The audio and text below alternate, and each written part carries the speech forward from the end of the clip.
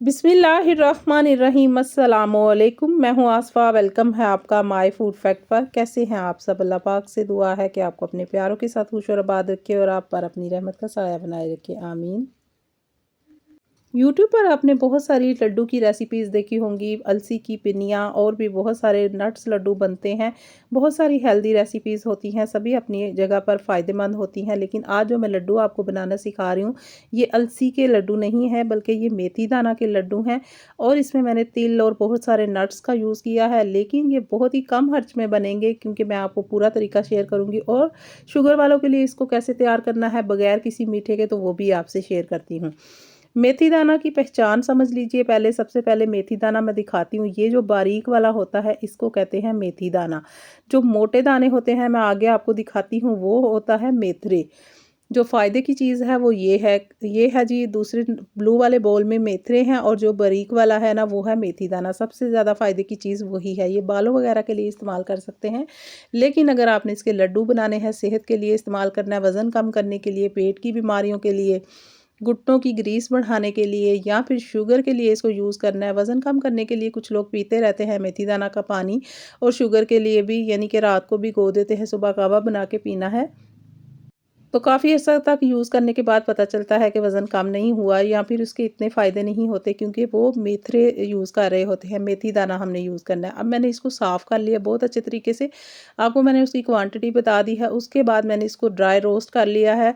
हल्की आँच पर आपने रोस्ट करना है उतनी देर तक जब तक इसकी अच्छी सी खुशबू आने लगे, आपका थोड़ा-सा कलर चेंज लगे। उसके बाद आपने इसको ठंडा करके पीस लेना है। पीसने के बाद आपने इसको छान लेना है। छानना इसलिए ज़रूरी है कि जो उसके छिलके वगैरह थोड़े बहुत रह जाएँ वो निकल जाएँ और हमारे पास फाइन पाउडर आ जाए। मेथी दाना बहुत ही ज़्यादा कड़वा होता है। कड़वाहट की वजह से ही ये हमारी बहुत सारी बीमारियों में हमें फ़ायदा देता है। इसमें होती है ग्रीस।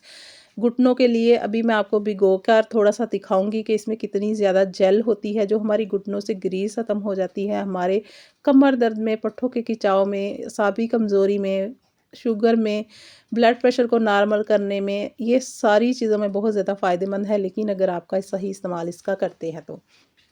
यहाँ पर मैंने उसको ले लिया है। उसके बाद मैंने इसके 1 कप नीम गर्म दूध लिया है। थोड़ा-थोड़ा करके ऐड करेंगे। इसको भिगोकर रखेंगे सारी रात के लिए। ये कड़वा ज़रूर होता है, लेकिन इसके लड्डू आपको मीठे ही लगेंगे।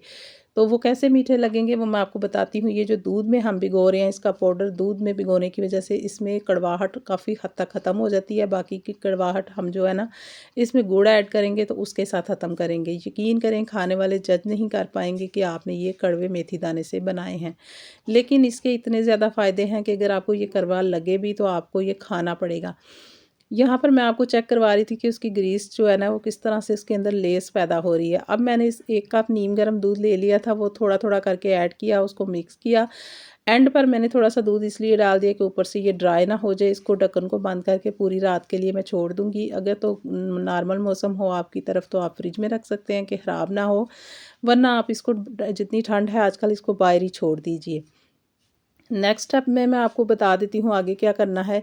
यहाँ पर मैंने ले लिया है फूल मखाना। इसके फ़ायदों से भी कौन वाकिफ़ नहीं है। ये भी हड्डियों का और जोड़ों के दर्द में बहुत ही ज़्यादा फ़ायदेमंद है। ख़ास तौर पर जो मदर होती हैं उनके लिए ये बहुत ज़्यादा फ़ायदेमंद है, क्योंकि कमर की दर्द, हड्डियों की दर्द, सर्दियों में हर औरत को जो है ना 30 साल की उम्र के बाद ख़ास तौर पर हड्डियों के दर्द और कमर के दर्द, टांगों का खिंचाव, इस तरह की दर्दें होती हैं, पट्ठों का खिंचाव होता है, असाबी कमज़ोरी हो जाती है। तो ये जो है ना फूल मखाना, उसके लिए बेस्ट है। आप इसका पाउडर कुछ नट्स के साथ बनाकर अगर दूध में रोज़ाना इस्तेमाल करती हैं तो इसके अपने ही फ़ायदे हैं। इसको मैंने ड्राई रोस्ट करके पाउडर बना लिया, साइड पे रख दिया।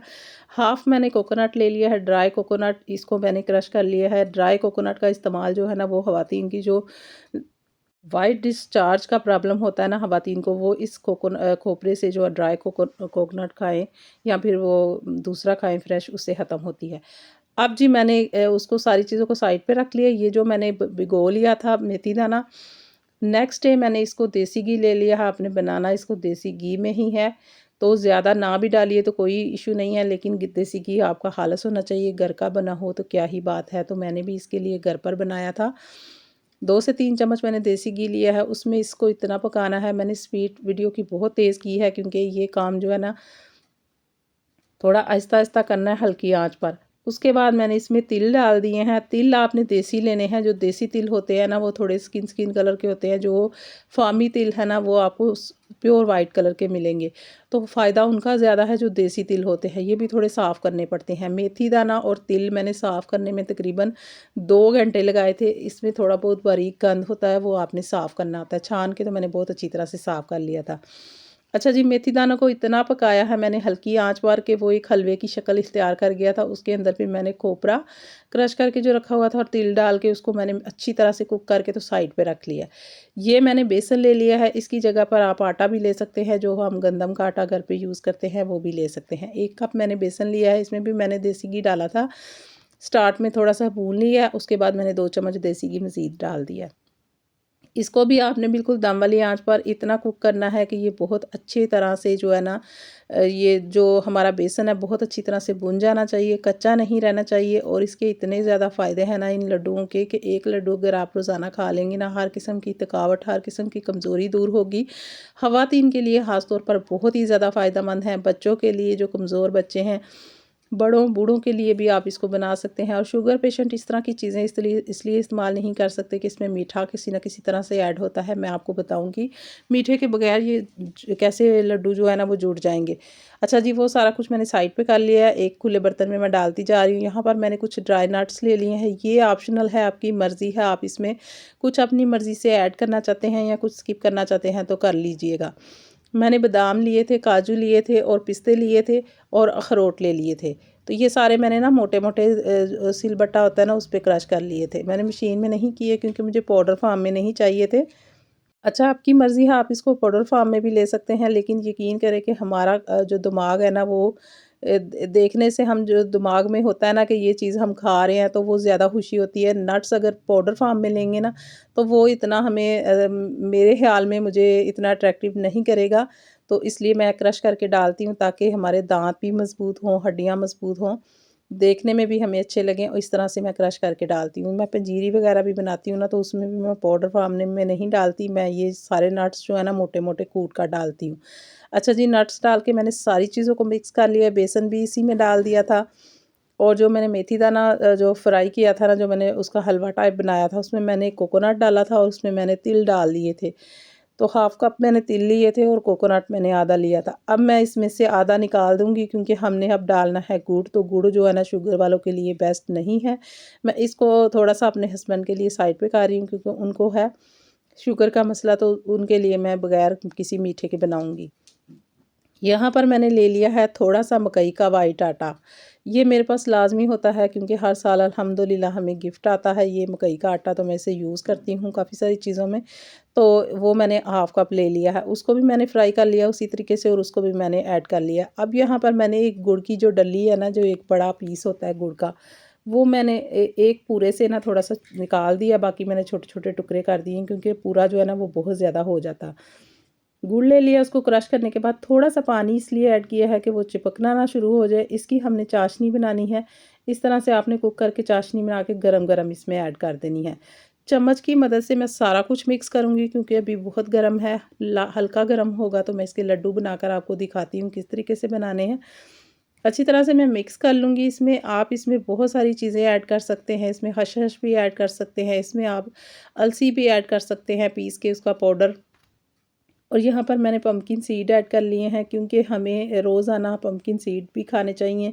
उसके अलावा जो पिस्ता है, 3 पिस्ते अगर रोज़ खा लेते हैं, 1 अखरोट खा लेते हैं और 5 बादाम खा लेते हैं, यकीन करें कि इससे ज़्यादा हेल्दी चीज़ें नहीं हैं। इनके फ़ायदे इतने ज़्यादा हैं। अगर उस सूरत में आपने सारी चीज़ें मिक्स कर ली हैं और 1 लड्डू रोज़ खाते हैं ना, तो यकीन करें ये एक एनर्जी बूस्टर का काम करेगा। इस तरह से आपने हल्का गर्म होगा तो आपने हाथों के साथ लड्डू बनाते जाना है, बहुत ही आसानी से बन जाते हैं। थोड़ी देर के बाद ठंडे होंगे तो ये बिल्कुल भी टूटेंगे नहीं।